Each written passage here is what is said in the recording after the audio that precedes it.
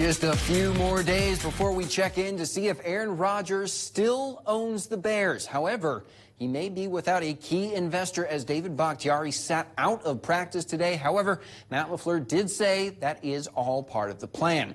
But it was back to work for the rest of the pack as they prepare for Sunday's home opener. Allen Lazard practicing for a second straight day as he comes back from that ankle injury.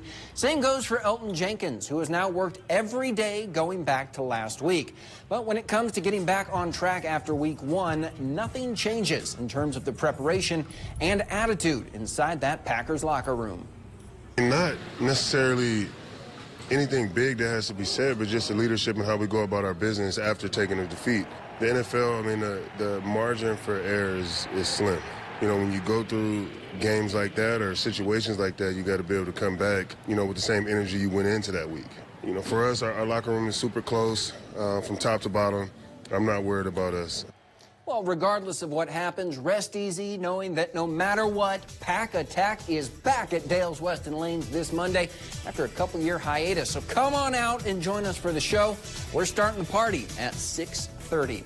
Well, last weekend was not a great one for Wisconsin football teams. Not only did the Packers get sent to Valhalla by the Vikings, but the Badgers lost an embarrassing one to Washington State as well. Luckily, though, they have a chance to work out some of the issues and hopefully get some point therapy before facing Ohio State on the 24th.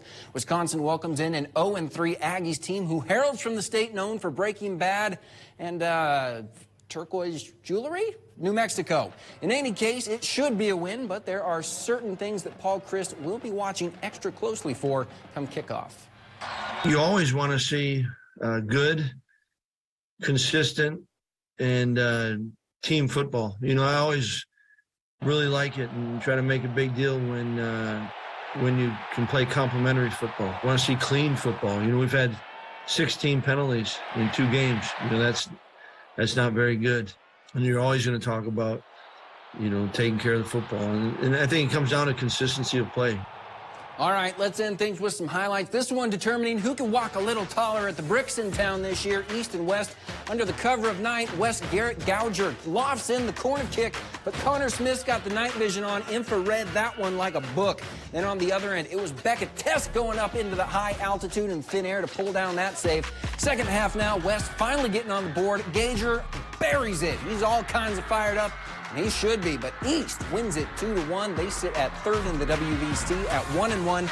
West drops to 5th at 1-2. Lady Lumberjacks hoping for the same luck tonight against Merrill. I was going to film the student section here, but I just couldn't see them. And, you know, that's a shame because they missed a good start here. East jumping out to a 12-0 lead. Sage Kehoe like snap. She's got the power, but that wasn't the only card up their sleeve. Savannah Spees had an ace hiding up there as well.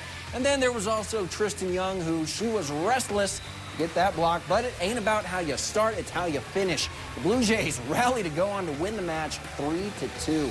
And finally, we've got some football scores for you. Medford beating Ashland to stay undefeated in conference play. And the Bell is on a bus back to Anago. The Red Robins beating the Hodags 26-14. And over an 8-man ball, Owen Withy with a dominating performance. They blanked the Blue Jays 56-0. We'll be back after this.